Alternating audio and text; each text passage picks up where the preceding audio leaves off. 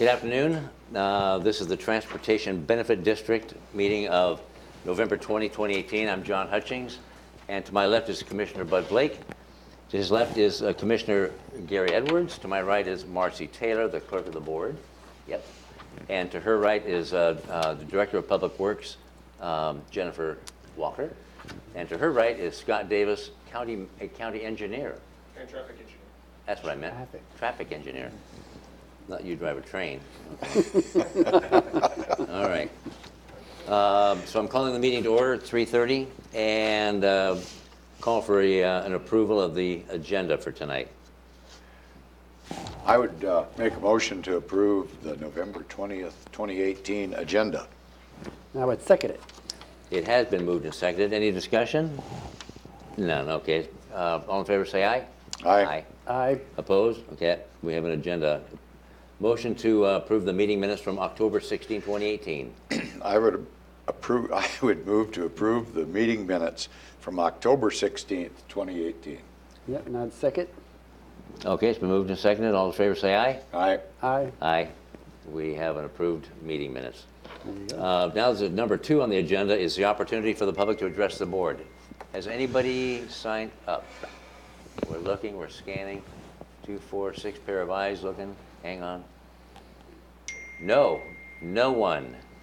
All right, we're going to move right on to agenda number 3, department items. And this is going to be Public Works, obviously, community survey overview and results.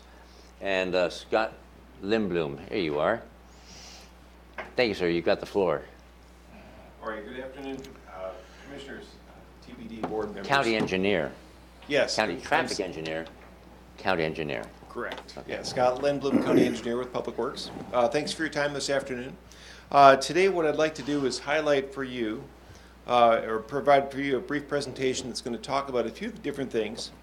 Our community outreach that we've done over the last few months, highlight our transportation system in kind of a brief overview, talk to you a little bit about a road fund and some of the revenue challenges that we're facing, and finally offer up some ideas on what the TBD could do to support the Public Works Road Fund. In the July TBD meeting, staff were asked to engage the community, engage their support and priorities for transportation. Subsequently, staff contracted with Fair and Peers, a transportation planning firm, to help us develop a community outreach plan and some tools to go along with that. The plan really consisted of updating our webpage, preparing a fact sheet for the community, use of social media, and also we conducted a statistically valid community survey. This is very similar in nature to what was done to support the county's strategic plan, first part of 2018. Our emphasis in this survey was to put on enhancing our communication efforts to inform our citizens as part of this survey. Starting with our webpage, the existing webpage we found just really did not reflect the latest status of the TBD and was somewhat difficult to navigate. We reorganized the website structure a bit to make it more user-friendly and updated the content. The updated website went live on October 1st of this year.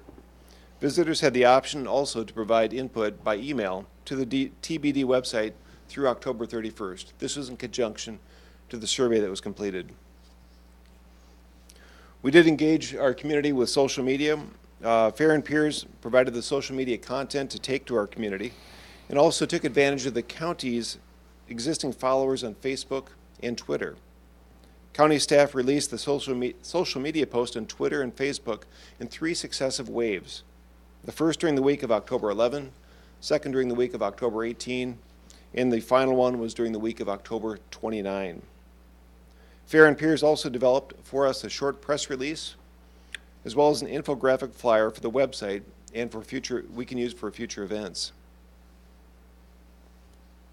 Altogether, the Facebook and Twitter messages posted to Thurston County's pages received a total of 7 likes, 5 shares, and 2 substantive comments. We did not receive any comments by email. Though the record of likes and shares is small, it's very likely that some more people were informed by the post that just did not take the chance to like or share the emails or share the posts. The 2 comments to the Facebook post had somewhat of a mixed sentiment. One comment was critical of increasing taxes, but did include a question of where the funding goes, which really highlights the importance of providing clear funding and cost information to the public to justify any fee increases. The other comment supported the idea of increased funding for traffic safety enforcement. While it's likely that multiple people share the views of the commenters, social media comments should not really be taken as a representative sample of the community sentiment. As part of our outreach, DHM Research, which is the firm specializing in survey implementation, designed a 35-question survey with a sample size of 400 respondents to really capture a representative sample of our community. Residents were contacted by a live interviewer from a list of registered voters, and we actually have John Horvick from DHM Research right here in the audience today, and I will certainly defer to John if you have specific questions on the detail of the survey. DHM Research, anecdotally, was the same firm that was involved with the Thurston County Strategic Plan survey done late last year and first part of this year. To ensure a representative sample, quotas were selected by age, gender, and area of the county to match the demographic profile of the area's adult population. Topics covered in the survey included perception of roadway conditions and general safety, investment priorities, and also willingness to pay for transportation improvements. And finally, we were asking about the preference for a funding mechanism if they so chose. The survey began October 1st of this year.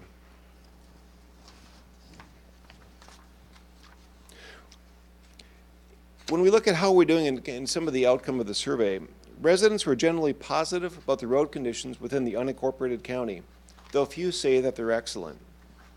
Residents largely consider driving in the county to be safe, especially near where they live. Ratings of safety are markedly lower for walking and biking, particularly in the rural areas. Residents were also asked to prioritize 9 categories, ranking them from very high priority to low priority. The percentages you see on the right are the totals of the very high and high priority votes. It was interesting to note that 2/3 of the highest priority was placed on repairing and maintaining existing roads, safety and traffic signal timing. The top 3 categories of project types the TBD could fund were repair and maintain existing roads, add safety features along roads where accidents have occurred, and improve traffic signal timing to optimize traffic flow and better manage congestion. These responses align very well with the TBD's goal of preservation, roadway safety, and updated technology that would improve travel time savings. When looking a little closer at more specific activities that communities said were important, included the roadway safety, pedestrian safety, congestion, and general safety came out as the top individual priorities. This again aligns very well with the priorities of the TBD. Finally, safety and long-term savings of road repairs are the most compelling reasons for additional transportation funding based on the phone survey.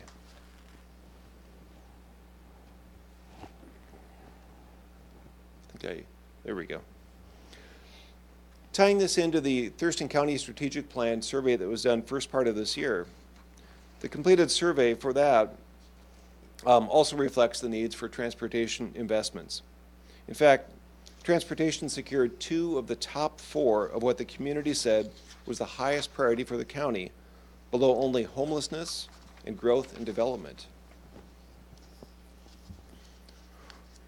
When given information about Thurston County's transportation budget and our challenges associated with that, a majority of residents, 53%, support increasing local taxes or fees for transportation improvements. Support for increasing funding varies significantly by political party and demographic factors. For example, 75% of Democrats were in support compared to 33% of Republicans. 60% of residents aged 18 to 44 were in support compared to 48% for those 45 and older. And finally, 58% of women compared to 49% of men. Both this survey and the one completed earlier for the county's strategic plan reported remarkably similar to results to those willing to pay more for transportation. Transportation was the only topic that garnered a majority for the willingness to pay more and also represented as the least the community wanted funding cut from.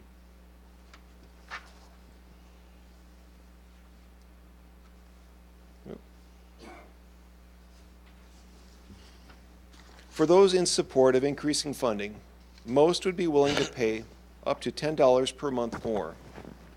When asked which funding mechanism is the best way to fund transportation improvements, residents were roughly split between the sales tax increase of 39% and car tab fees, 37%. A sales tax and vehicle fee of $100 requires a voter approval, whereas a $20 vehicle license fee excuse me, could be established by a simple majority vote of the TBD after a public hearing. There's also been some discussion about sunset dates if the TBD was formed. It's important to keep in mind that the TBD board at any time can modify, amend, or change or discontinue the district funding mechanism. So I'm going to highlight just a little bit of the county's transportation services and what that really provides for the community. Our road system and transportation system is the lifeblood of the local economy, connecting the county's more than 280,000 residents to jobs, services, and other opportunities, both inside and outside the county. It's perhaps the most frequent county function that citizens use each and every day. While people may visit a county park once a month, they may use our permit center to build a house every 10 to 20 years, or use the services of our public health and social services department. Each and every day, most people in the county use the county road system. It's that road system that people rely on to get to work, to school, for emergency access. With a value of nearly $1 billion, it's perhaps one of the county's largest assets. It's critically important we take care of what we have so we can leave our children and grandchildren a road system that's in as good or better shape than we inherited it. So we have a critically important road system. We're also looking at the demands being placed on that. Right now, as I mentioned, the county has a population of just about 280,000 residents. By 2040, that number is expected to increase to just about 400,000. While the population increases, so does the traffic on our roads. This includes certainly cars and trucks. And one of the big examples that we can look at is the freight use on our roads. Martin Way East, for example, is a road that currently carries about 8 million tons of freight each year, represents a 260% increase since 2006. So it's not just the cars, it's the freight that use our roads, and again, tying into the lifeblood of our community. So we look at some of the funding challenges that we're facing right now, and we're not unique. Every other county and every other city and every other agency in the country is facing this. But the cost of us doing business has increased substantially. If we look at some of the major components of what goes into a road construction project, crushed rock, asphalt, concrete, and steel, those costs have been increasing far faster than the rate of the revenue that we receive. The higher the cost of the materials, the higher the bids, the less work we can do because the costs are just outpacing the revenue that we have.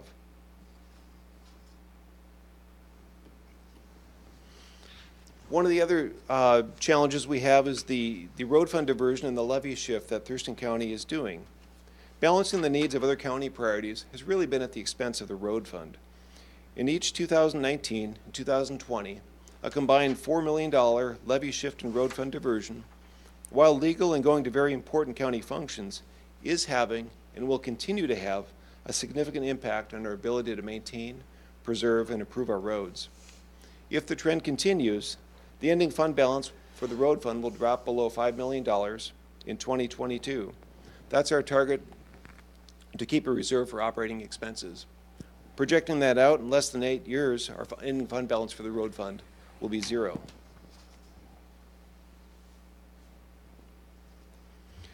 One of the other legs of the funding for the road fund is the gas tax, or motor vehicle fuel tax.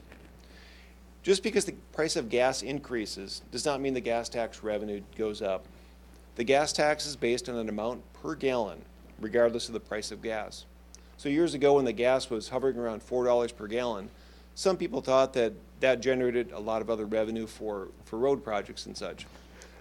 In contrast, it has a markedly decrease or a negative effect on that.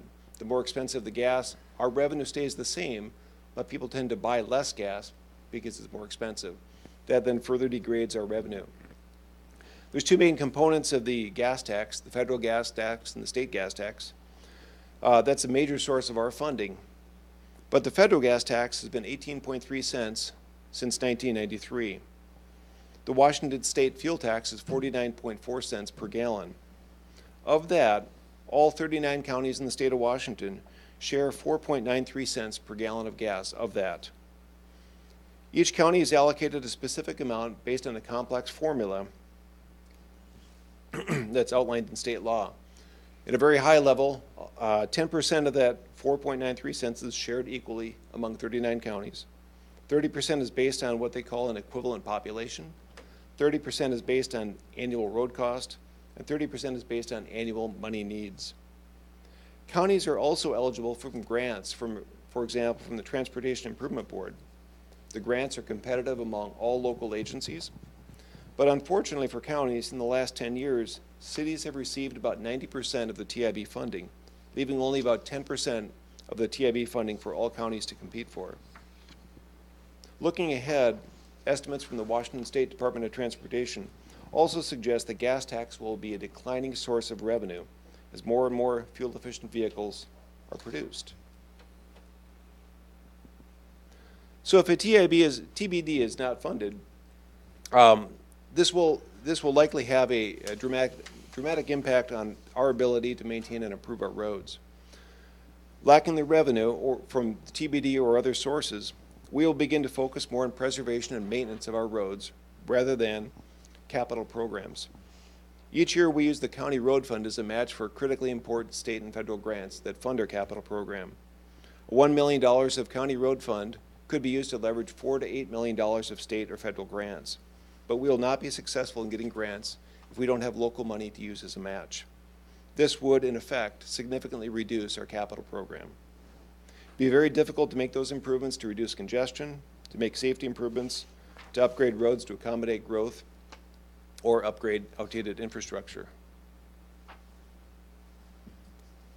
One of our goals is to be proactive in preserving the infrastructure we have. However, with the current funding level for roads, the roads themselves are continuing to deteriorate to a point beyond which we can do any road preservation activities on.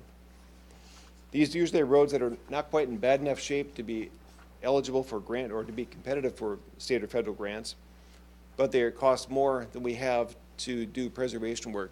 So the roads up here on these slides, for example, it sounds kind of silly, too bad for preservation, too good for construction, but what that really is meaning is once the roads get to the point where we can't use the more inexpensive preservation work, we have to do rehabilitation work, cost more money. That work takes away work that we would then use for preservation. So it's kind of this vicious cycle that we'll continue to spin down into. And we're already actually seeing some of that cycle right now. But a TBD could provide some help in maintaining what we have. As proposed, the TBD work plan would focus on preservation, safety, and technology. This aligns very well with what we heard in the community, both at our recent survey and the county strategic plan survey completed earlier this year. If you took action to fund the TBD, we would expect some funding to be available by mid-2019. If that money is available, we could immediately begin using some of that money to enhance our wide edge safety lines, to improve roadway safety.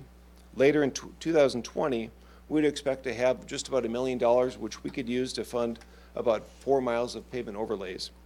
In addition, we could enhance our safety by putting down more wide edge lines and update and improve our signal timing to reduce some of the congestion, for example, in Yelm Highway, Pacific Avenue, or Martin Way. These projects certainly are just examples of what the TBD could do. The annual work plan would be up to the TBD board to adopt each and every year. And finally, for anyone watching, here's some more information on the TBD or how to get involved, and I'll open it up to the TBD board for any questions that you might have.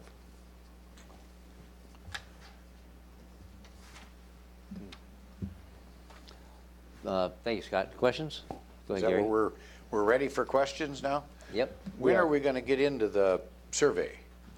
Well, I covered that at a high level, and Yeah, it was pretty John high. Horvick is here, and between John and I, we could probably answer any specific questions you might have. Okay.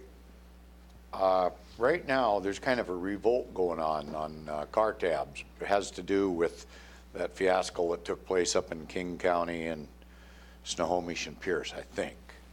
And I don't know what they tacked on for those folks, but a lot of things that were not anticipated.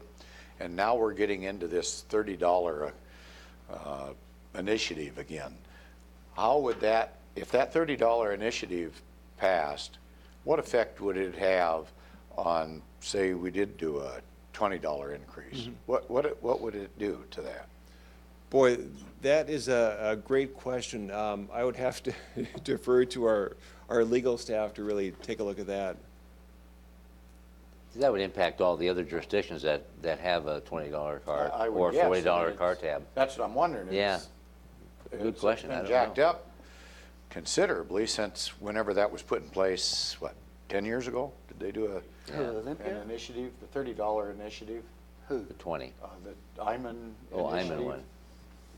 How long ago was it? I don't know. Well, the significant change came through Sound Transit a year or two ago, and that was based off of the value of vehicles, and that was in the Pierce County, King County, and Snohomish County, I believe. And so that was based on, again, the value of your vehicle, and there was some question Well, the public about, felt tricked, that's the bottom line. as a result of how they were calculating the dollar amount based on the value, because they were using an older way of calculating the value. This is different in terms of it's $20. I did hear that on the radio just a couple of days ago that had come out, and they were talking about that. But Well, it's not a big topic here No, down because- south, but up Correct. north, it's a big topic. It's Correct. causing a revolt. Yeah, and I'm kind of curious, when did that $30 Iman thing happen? Is it 10 years ago? I don't know. oh, goodness, Something yeah. like that? I don't remember when exactly. Ramiro, I don't remember. do you have the answer? Please approach the podium.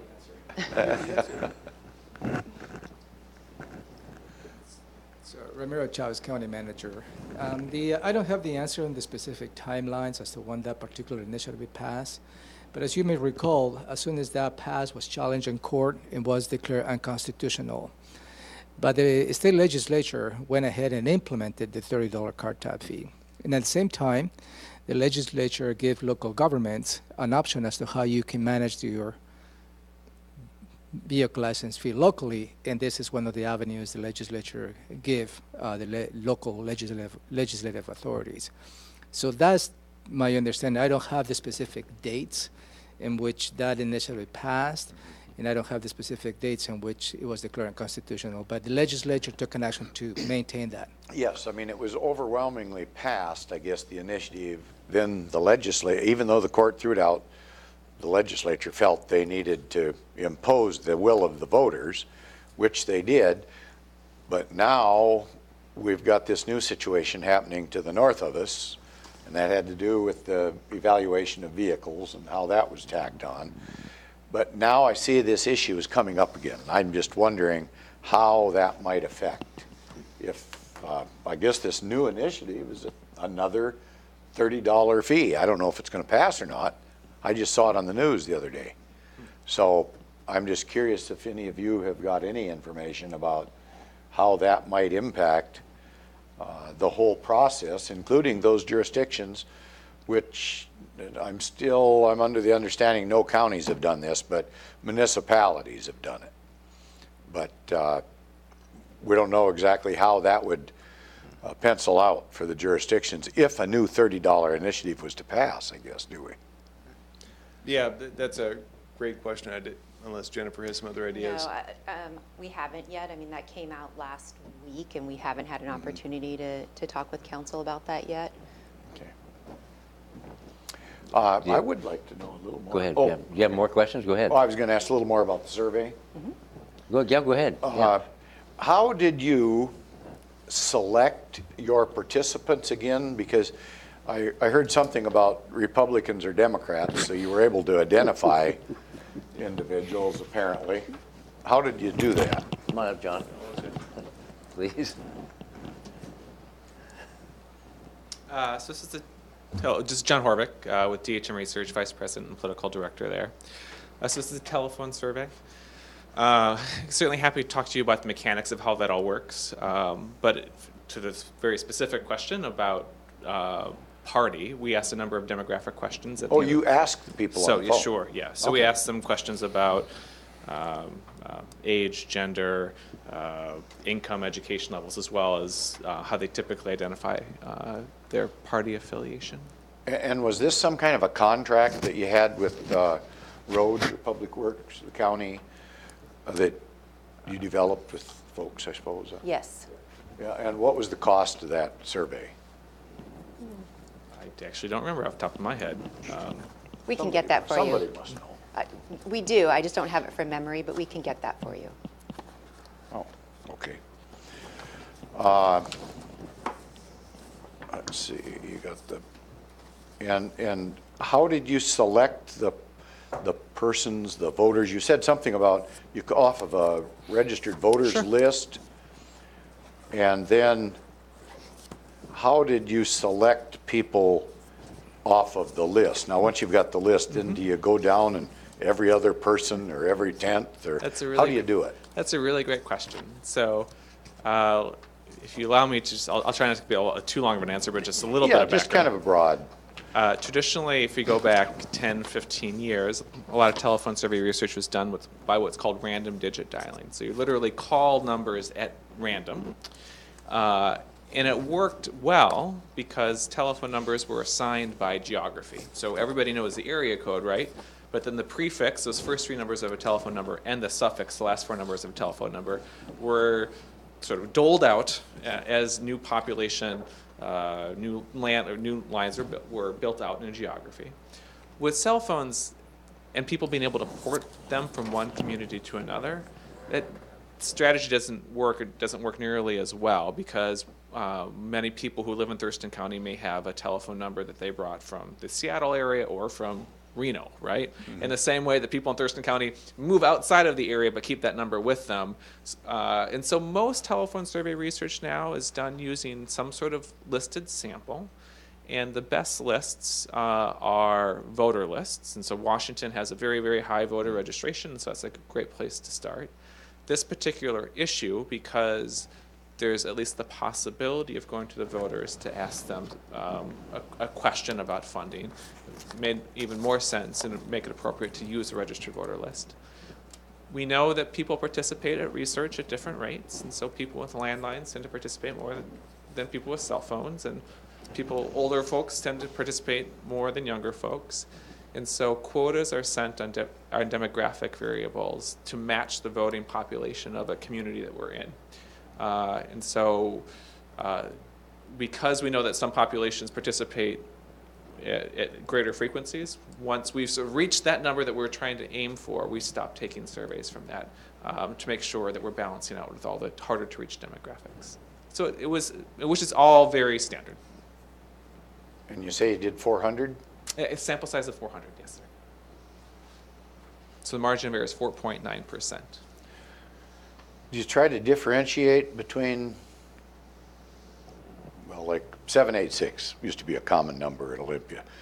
I suppose now anybody can have, maybe can have it, but do you go by landline type numbers, or Sure. how did you figure that one out? Sure. So there's lots of information that is known by what are called field houses, the folks who make Local all the people? make all the phone calls. What sorts of numbers are assigned to be landlines or cell phones, and then lists of for telephone surveys. Our base was a voter registration list. Lots of information is appended to those lists from third-party sources, including the likelihood that it's a cell phone or a landline. I don't think you're asking this directly, but I get asked a lot. Cell phones by law have to be hand-dialed. So you have to actually have a person punch all the numbers. Landlines can have a computer do it. And so it is important to know ahead of time whether it's a cell phone or a landline. But in this particular case, both landlines and cell phones were included in the sample. I guess I'm curious with the voter list. I know Myself, I always, when I sign my ballot, Sure. I always put a phone number there, just in case there's Yep. some question. Yep. Is that the number you're accessing If by that the is voter part list? of the state's records, which I can't recall if it is in Washington or not, then that would be one way to get the number. But those lists are appended with all sorts of third-party information. So, telephone directories, magazine subscriptions, etc. There's lots of ways to get information that appended to a record, and all those different ways would be used to get a telephone number for an individual in the survey.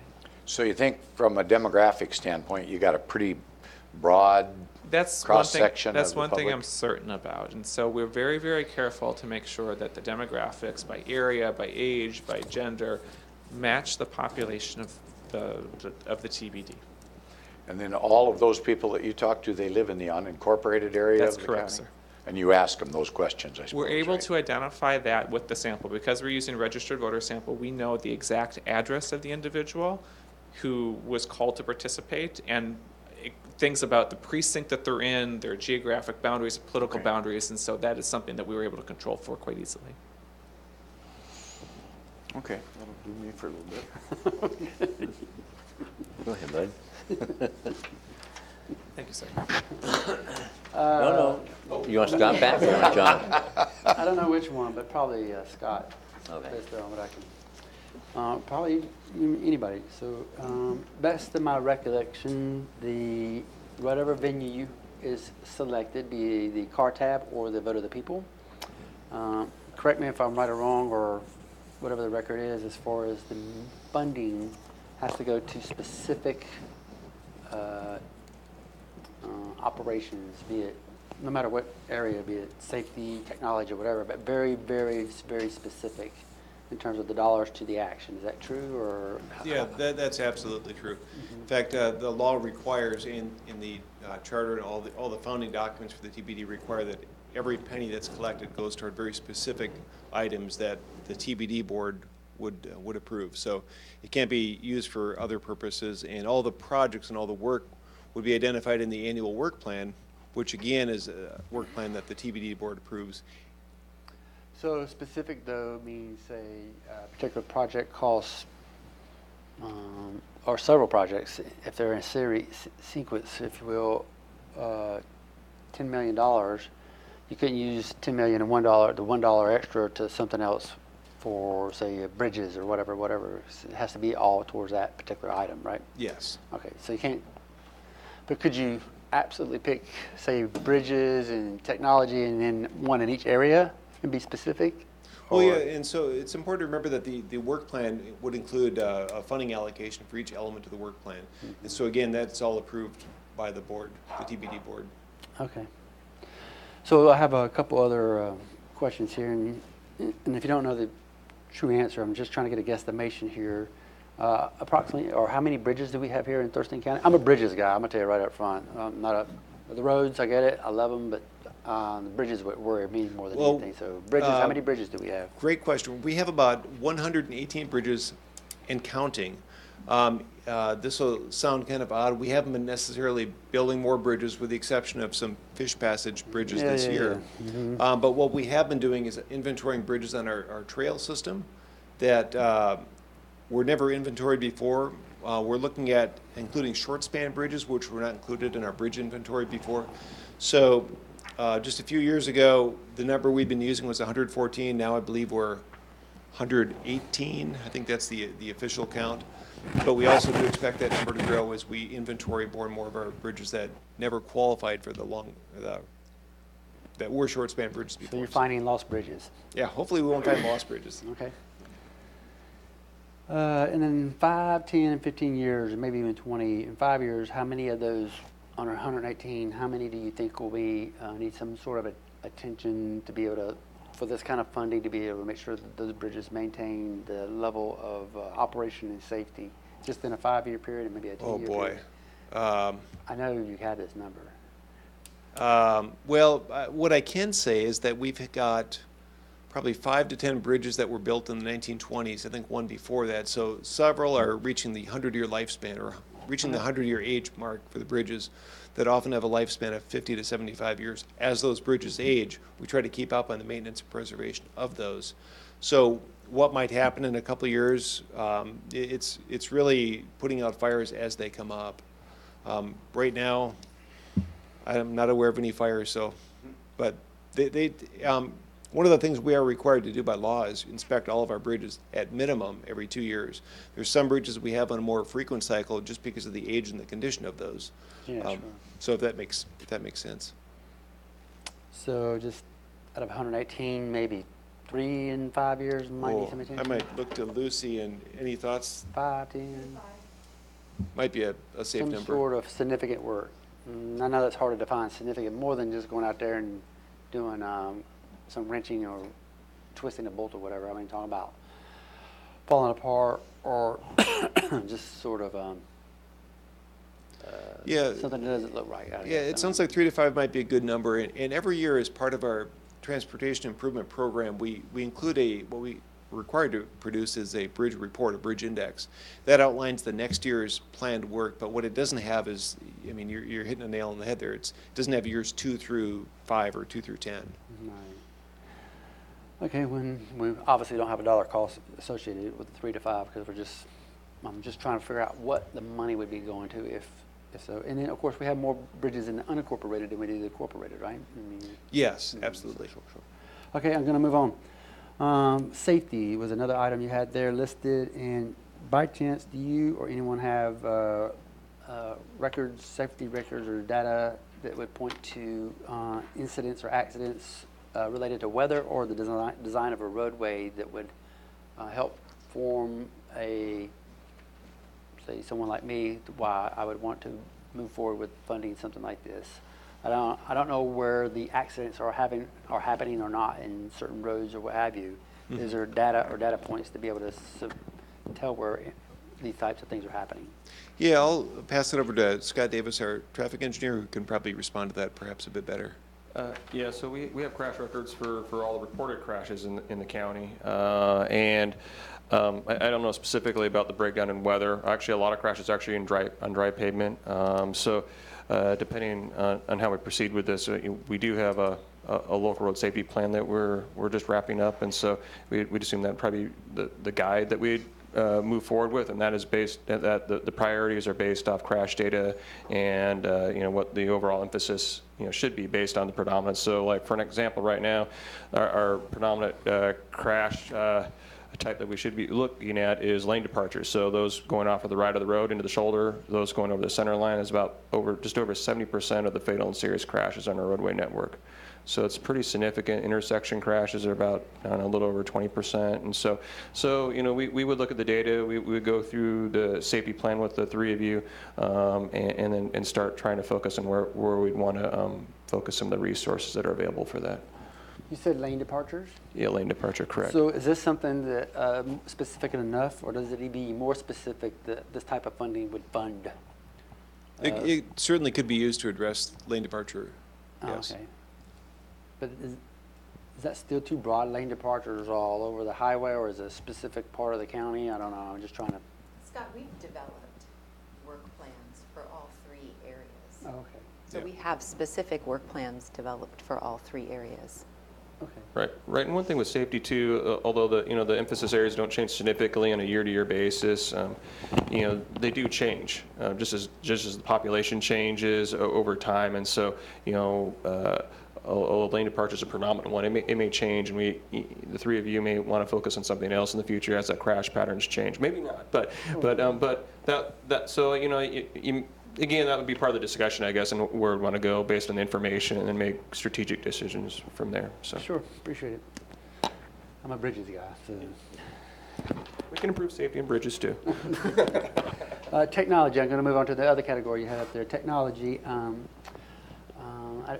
Maybe I didn't pay attention to it. Is there new technologies out there, 1 or 2, that you or anybody could voice that are advent, or that are coming to the light in terms of how making traffic safe and flow nicely, and what kind of new innovations or technologies could we take advantage of that is kind of on the market, so to speak. Sure, I might turn that one again to Scott, our Go back to our Scott, traffic good. guy. Okay. He's familiar with lights and all the Sounds, associated lights, all light that. sounds. Yeah, Just curious, light just- sounds, bells and whistles. One of the things with like our major corridors, I guess, in the urban area, which were what we heard in the survey was signal time when it was a predominant issue. Yelm Highway, Martin Way, Pacific Avenue. Those are the three signalized corridors that we have. Yelm Highway, southeast, that's kind of the southeast Olympia area, and then Pacific Avenue and Martin Way are in the Lacey UGA areas. Those are our major signalized corridors. We have a couple other signals that aren't in there, but those are the ones where we haven't done this in years, but it is actually looking at the corridor and actually look at the signal time and all the signals and try to sync them up, kind of like where you talk about when people say, why aren't the signals coordinated? Well, we'd look at that. And then also at that point, you can start looking at technology and the individual signals themselves. For example, on Martin Way, we're working with all of our regional partners to implement transit signal priority for our transit system. So if the buses are more reliable, it's a more attractive option. It helps the people are actually using them. And so what a transit signal priority system does is if the bus is a little bit off schedule for whatever reason, they get a little extra green time to go through, similar to actually an emergency vehicle when they need to get through a signal as well, just a little bit different. And so anyway, those are just examples of that. But technology changes. There's a lot more technology and traffic signals and other things that can be adapted as well. So there's a lot of things that could be done in the future as well. But some of the more immediate things would be just retiming, looking at coordination, and then also working with our partners on expanding the transit signal priority as appropriate for this region. All right, thanks. I'm going to move on to another one. It's on funding. It might involve Robin and Jennifer or maybe anyone else.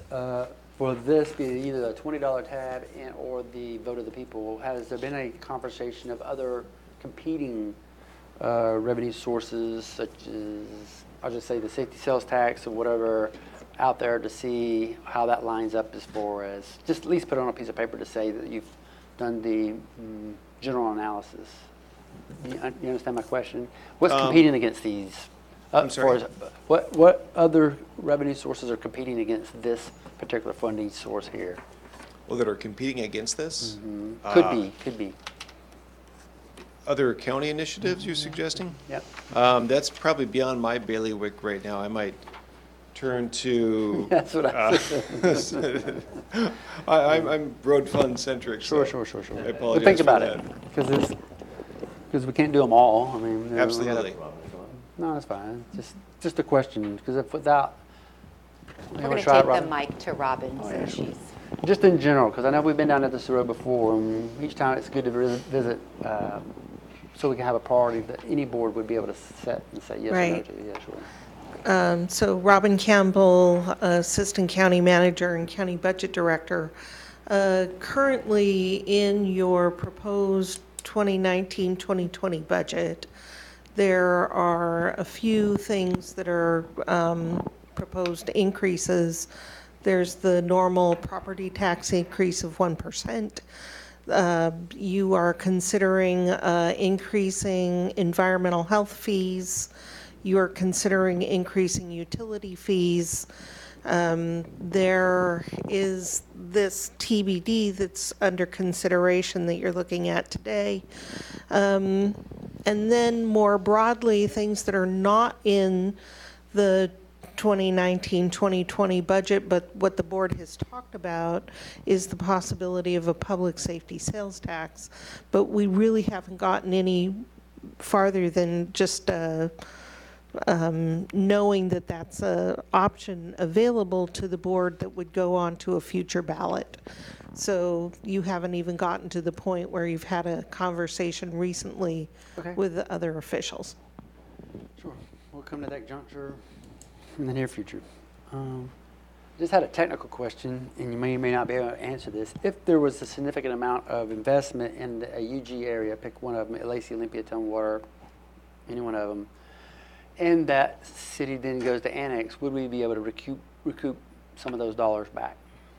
Of some of the investments? Yeah, and I'm not talking $1,000. I mean a significant dollar amount, and I don't know what that means. Maybe $1 million, just for conversational thing. I don't know that there is a mechanism set up now to recoup the county for that. Well, I don't know either, but that would be a question, I mean, I don't mind helping, but at the same time, Yeah. when they do the annexation, this is unincorporated dollars, so I'd want Sure. that to remain that or be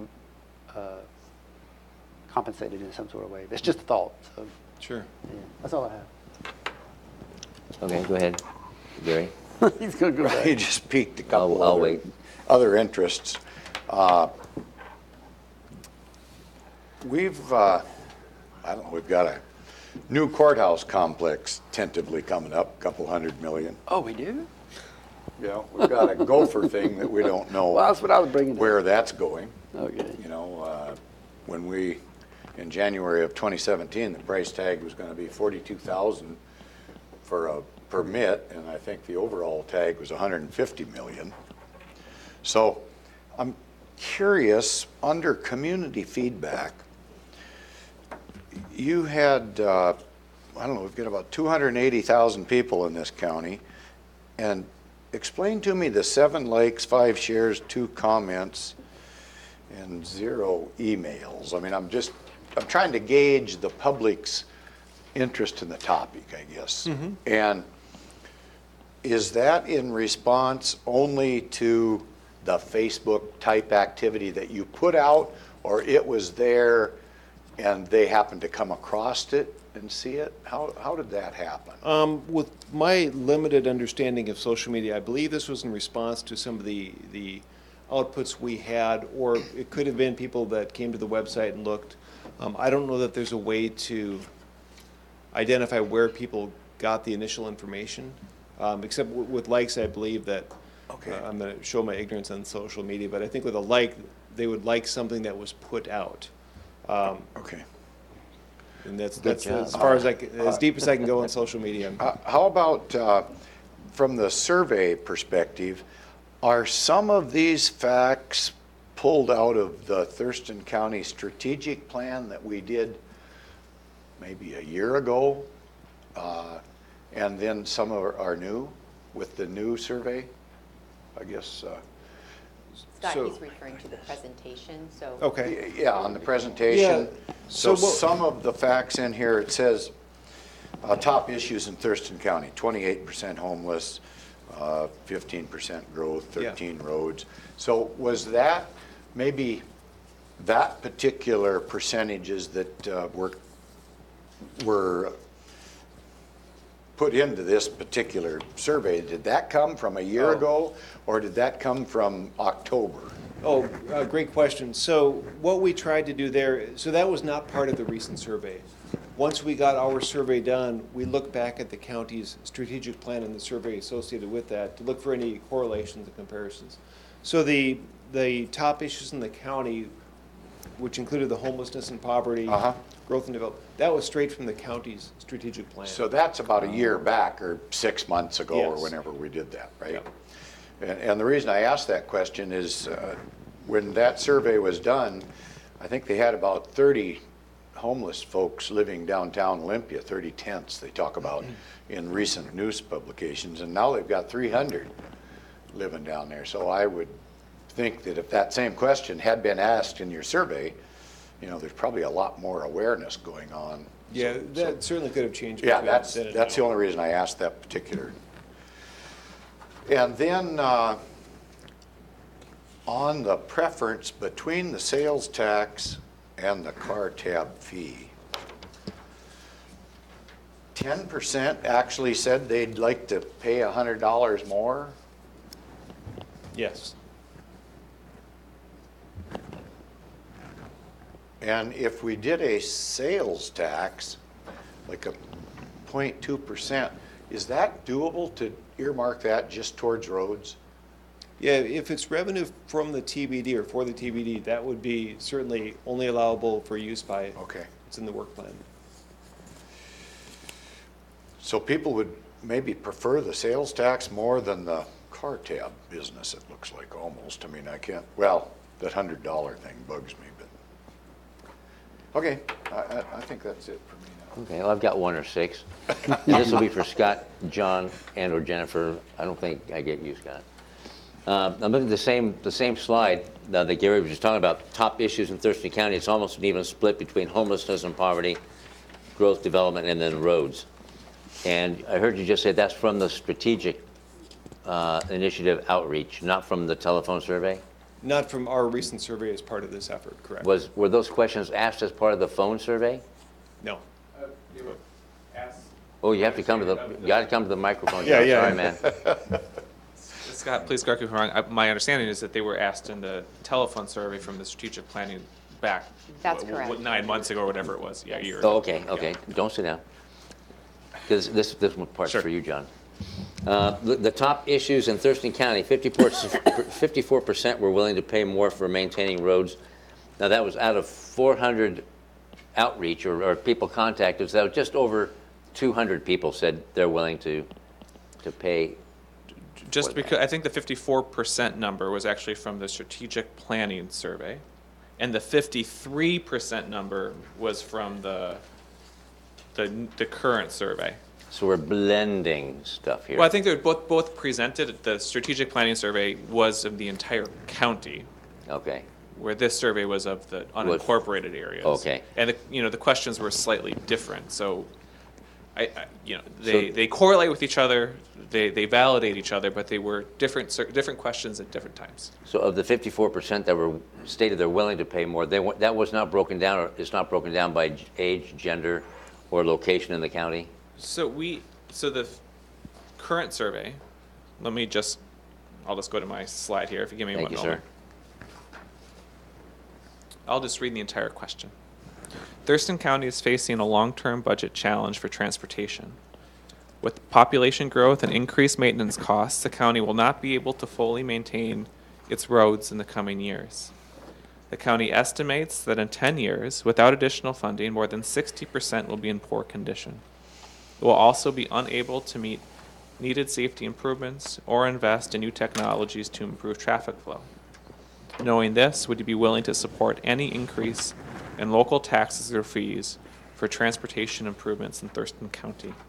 53% said yes. Any increase? Any Didn't say, just increase. any increase. Any Okay. increase. Okay.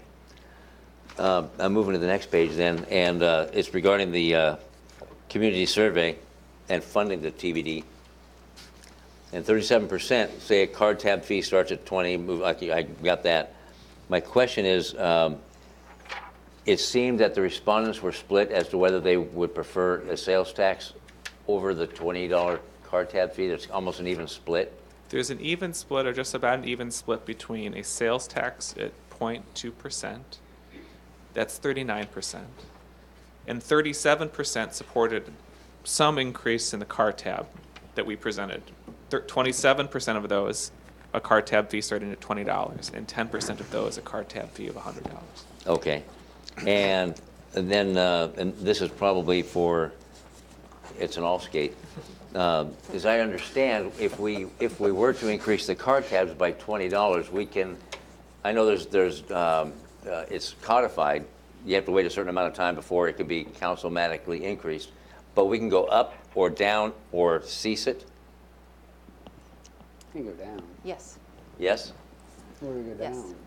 Well, if we Yeah. went to 40, we can come back to Oh, 20, yeah, or we yeah, can yeah. reduce it to 10, Yeah, that would certainly be within your prerogative. or set a sunset clause on it, where you can do it for 4 years and shut it down.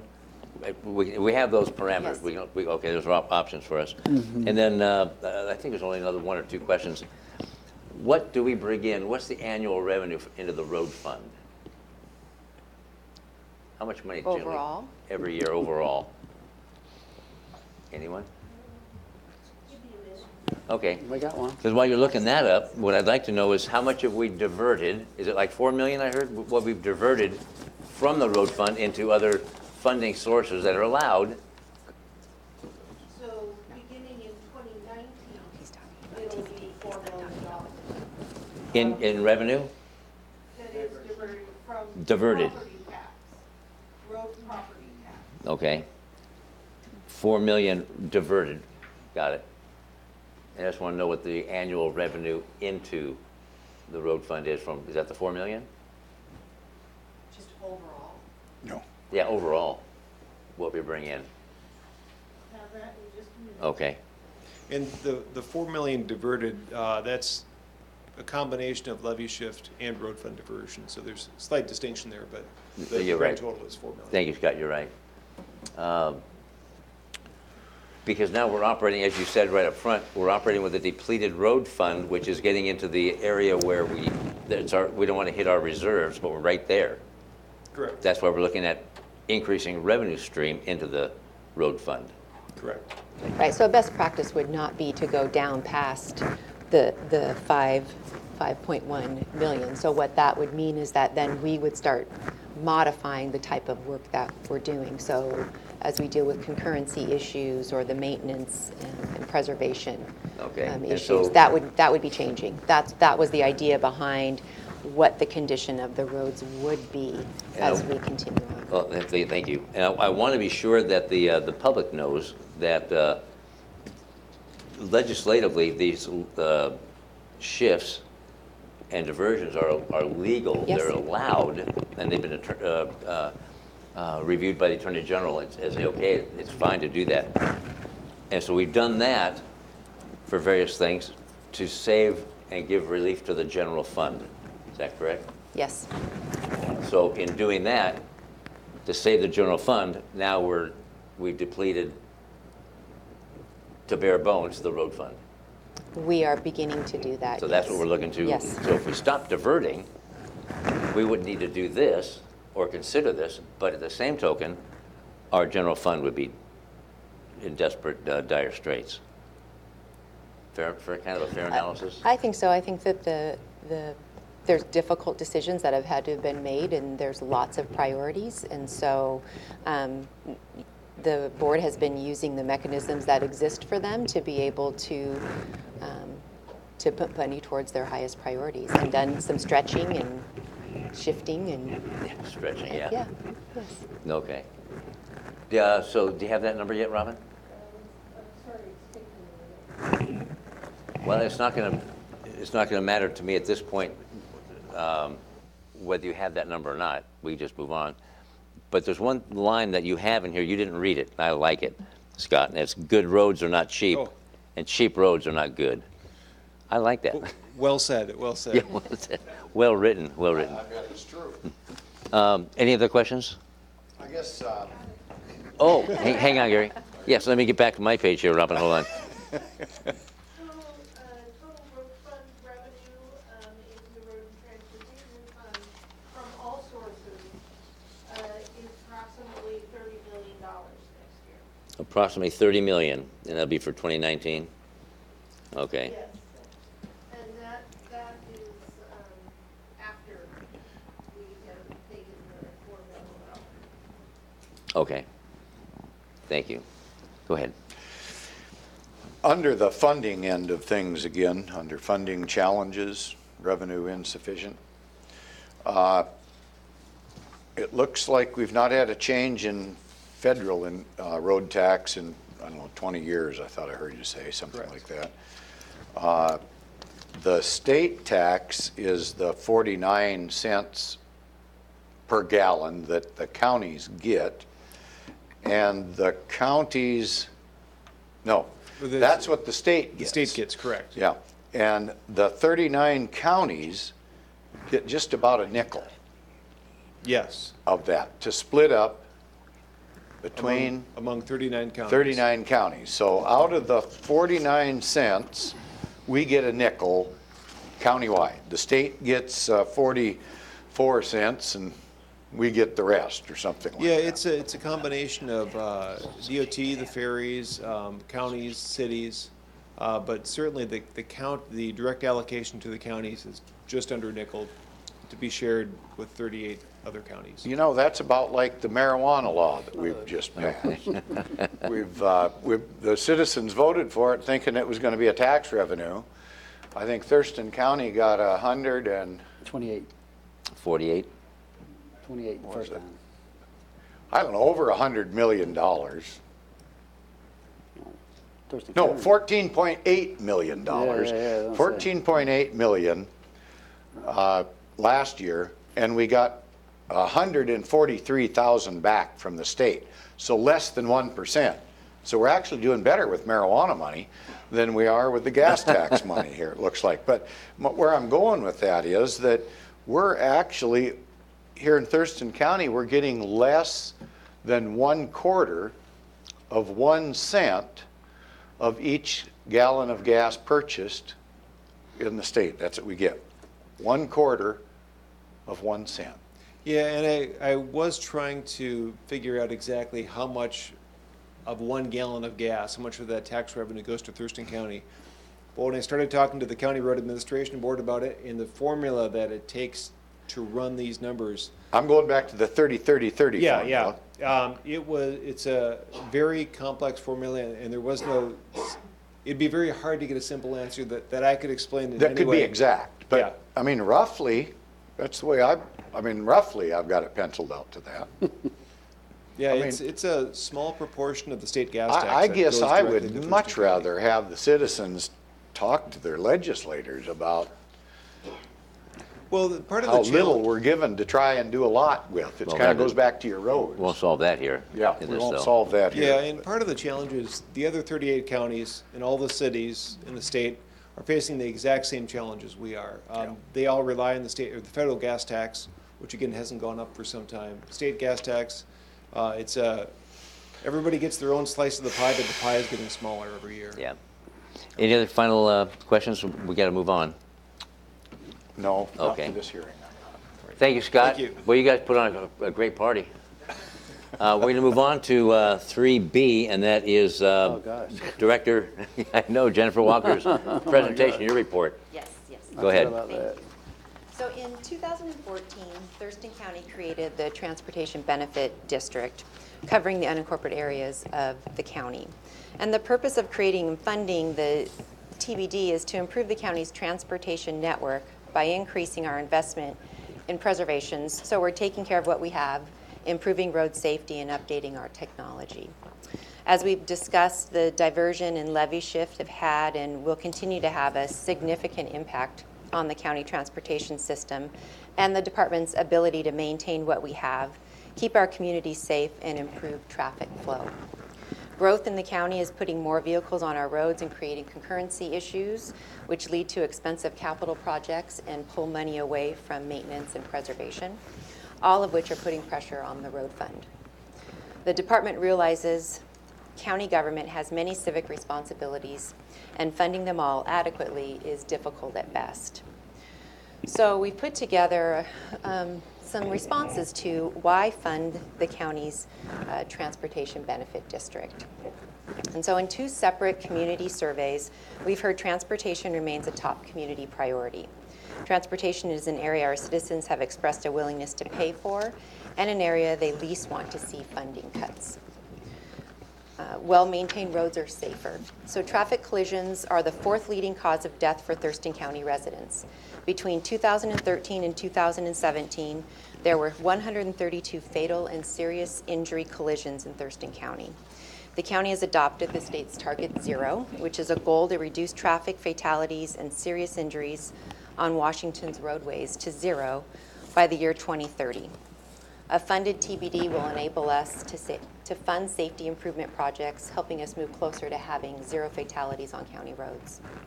It's less expensive now to maintain our roads. Poor road conditions are estimated to cost each Washington driver $656 worth of vehicle wear and tear every year. And we know it's far more cost-effective to preserve our existing infrastructure with treatments such as crack seal and chip sealing and overlays than it is to do a complete rebuild.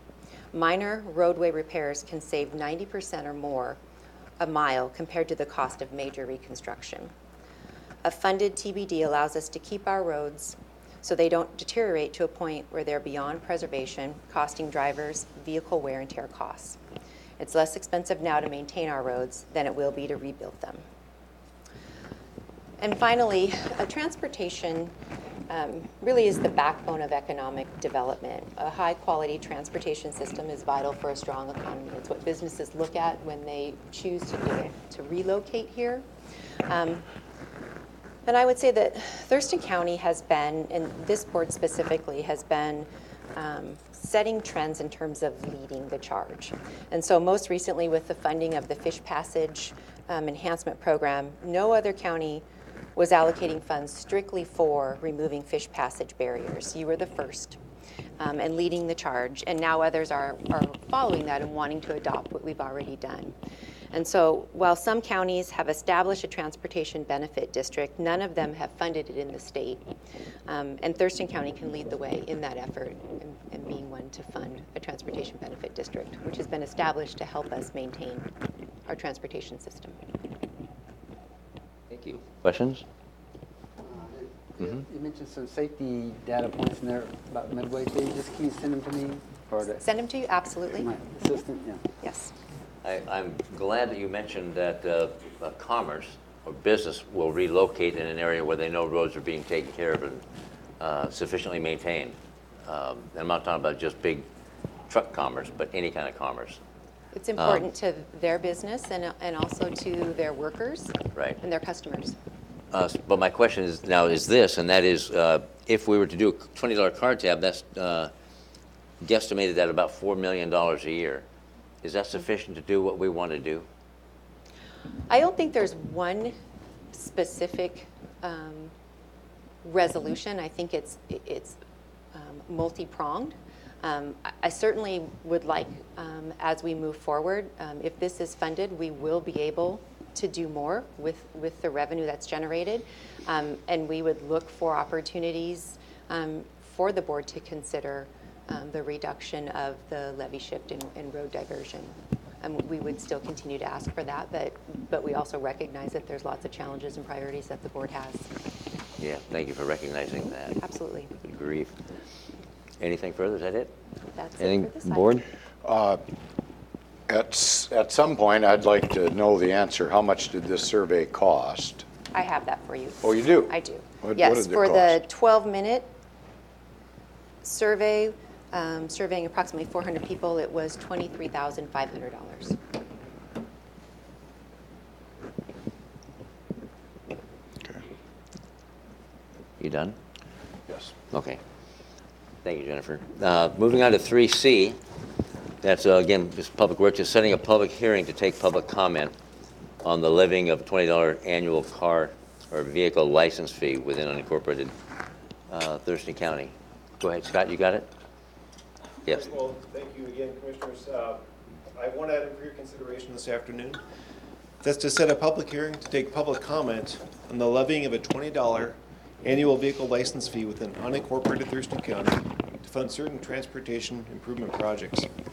The purpose of the hearing is to receive public comment on the levying of this $20 annual vehicle fee within the unincorporated county for the purpose of funding transportation improvements within the district as authorized by Chapter 3673 RCW, Chapter 8280-140 RCW. If approved, revenue from the $20 annual vehicle license fee would be invested in programs that provide transportation system preservation, transportation system safety, transportation system technology, all as identified in the Pavement Preservation Program, the Highway Safety Improvement Program, and in the 2019 to 2024 Transportation Improvement Plan. All work would be performed in partnership with Thurston County. Okay. Go ahead, Gary. I guess before I would want to contemplate moving forward on something like this, one of the things I'd want to know is, are we going to be able to recoup our investment in the UGAs? Because the municipalities continue to annex, which is part of the whole growth management and UGA process, but we don't have the same funding source and abilities. And I'll just use whether it's their police department or their parks department, where we have 6 people in our parks department, Lacey has 26. And the same way with their police department, per 1,000 population served versus our sheriff's office. And then we have the additional responsibility of the large county jail operation that funds all those municipalities. So just from the sake of inadequate funding abilities, I'm not prepared to move forward, figuring that we do have, the courthouse, the Gopher, we've got some other commitments coming up, and I don't think I'm ready to move forward on a public hearing at this point myself. But I don't know if this is the right forum to have that discussion in at this point, or a later date at a commission meeting. I don't know where it all fits. Certainly what we're asking. I would hope that we would have 6 people in our parks group. We actually only have 4 right now. Well, okay, it's even worse than what I said. But what I would say is that the revenue that gets generated by the TBD through the work plans, you have the ability to determine where that goes. And so certainly when we talk about economic development and the ability to move people and vehicles and that type of thing, it's not stopping at the county line or the unincorporated area or UGA. So I guess I would just say that as food for thought. But you absolutely have the ability to determine where where those projects are going to be, where the investment And to answer your question, if I have the answer, we don't have to do this tonight. No. But if we do have a public hearing set for December 18, we hear from the public, and then we decide from there what we want to do, if anything, as well. Is that correct? I think that's right. I just don't know. I mean, the whole $30 car tab thing coming up again just recently, and these other financial commitments. I'm just hesitant to think about moving forward at this point in time because we are in a pickle. And I know new taxes, new revenue could help us, but is this the right move at this point in time? I don't know that. Maybe you're right, Commissioner. Maybe it's better to set one and hear from the public. I don't have an answer to that. Just What is your discussing pleasure? Well, I'm always, the safety issue and the technology resonates strongly with me in terms of the TBD in the 4 years that I've been involved with it. And I understand that there's a work plan. You said a work plan, is that how you called it? Correct. Mm-hmm. But to me, there needs to be some more specificity to be able to take the dollars and move them towards, I'm a bridges guy, right? So on bridges, but does it appear to be any true issues with bridges in the next 3 to 5 years, maybe 5 to 15 years, and maybe that's where we need to go to get that an assessment done on something like that to be more specific with the taxpayers' dollars. But to have a public hearing on something like that, I'm caught in the middle 50-50. So I'm gonna abstain just for a second to see what he had to say and then come back. Is that all right? Because That's fine. We'll have to wrap this up pretty soon. Yeah. For our public hearing. We've got another. I'm exceedingly sensitive to being a good steward of the taxpayers' dollars and not taking food off their kitchen table. Very sensitive to that. But as much as I prop you even specifically, individually up and love Public Works and all the work you're doing and showcasing to the dadgum state the work that we're doing, I feel the need to support you somehow rather than just a pat on the back. So I see the need for this. I see the need for commerce to be wanting to move in if things look better, if our road conditions look better, to promote economic development, which we've spoken of.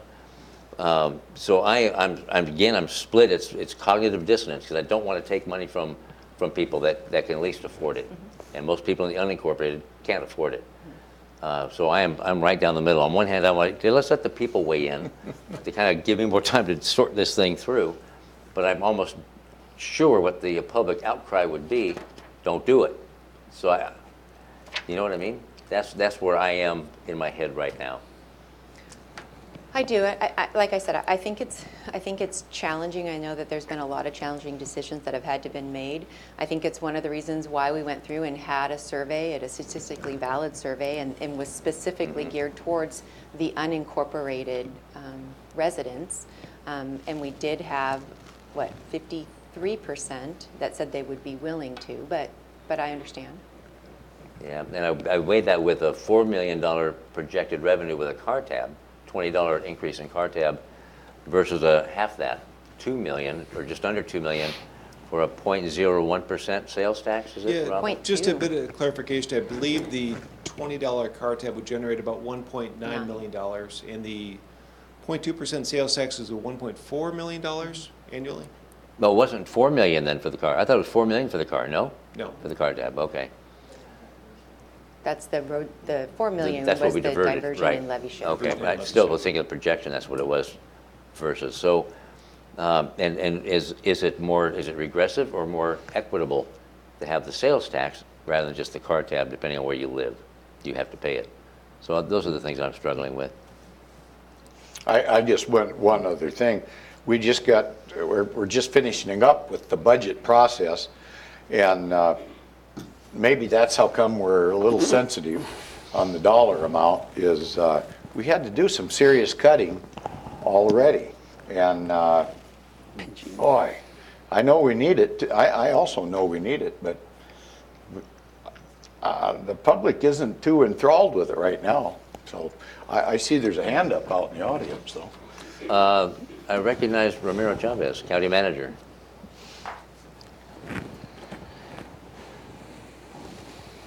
Ramiro Chavez, County Manager. I will probably kill myself if I don't come before you and perhaps for you to consider to set the public hearing. And I think you're struggling at this point what the public is going to say. And the public hearing will give you that answer. And by holding and setting the public hearing, you will not be committing to absolutely nothing related to the next steps. But and as you have many questions related to the survey as to what the public feels and how they perceive this particular option, you know, I think it's a statistically valid survey.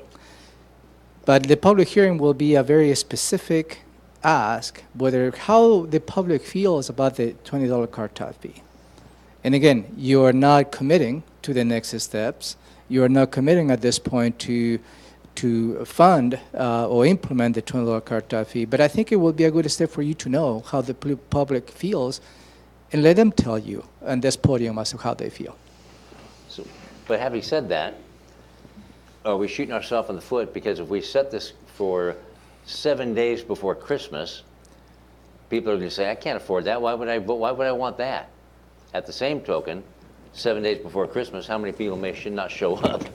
They'll be out shopping or doing whatever. So maybe the timing of the public hearing isn't good, or could be better. Go ahead.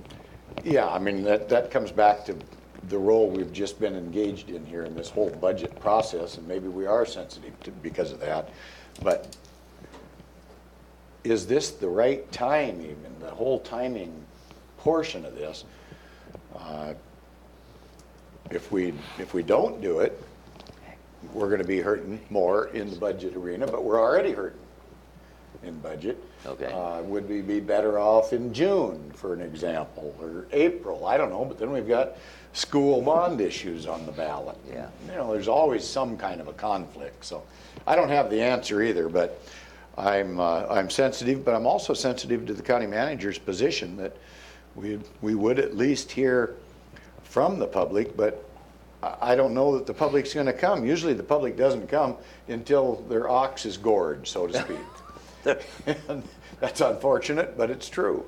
And so with a lot of commitments, I'd be more inclined to do this some other time of the year than right now. So right now, you're not willing to go, you're not in favor of going ahead with this. I'm hearing that. Well, I'm not right now, but Okay. That's beside the point. I mean, I'm not dead set against it. I'm not crazy about it because there's so many unknowns. I'm watching Lacey in the middle of an annexation proposal. At the same time, they're changing some legislative issues to prohibit people from commenting on annexations. Yeah, We're okay. talking about being left with islands, and that's, So let me ask Commissioner Blake, you want to weigh in on this at this point? Mr. President, at this point in time, my vote would be not to go forward with a public hearing based on the information I have. I think it's important, but I'm just not there as far as being able to listen even to the public, because I'd like to have some more staff study and see where we're going with the preliminary look before we go to the public. So I Okay. want to make sure my dot my Ts and Is before I get there. Okay. I guess prior to taking the vote, I would like to say thank you very much to the Transportation Benefit District for all you have done. But I would also say that was a pretty dismal response of 7 likes and 5 comments or whatever it was in there. And so is apathy alive and well? I don't really know, but I think we have to have more outreach to get some public participation into this mix. We've had about 4 of these public meetings with the Transportation Benefit District, and I don't know, I do see a citizen in the audience, and that's new, but not very often does it happen. So I'm Okay. no vote at this point. So like Commissioner Blake said, I greatly applaud, yet again, Public Works and all the work you've put into this and spending an hour and a half or so with us. Thank you very much, but we're not going to take any action on this 3C. So is there a movement to adjourn? A motion to adjourn? Mr. Chair, I'd make a motion that we adjourn today's meeting of November 20th, 2018 of the Transportation Benefit District. Second. Been moved and seconded to adjourn? We're adjourned.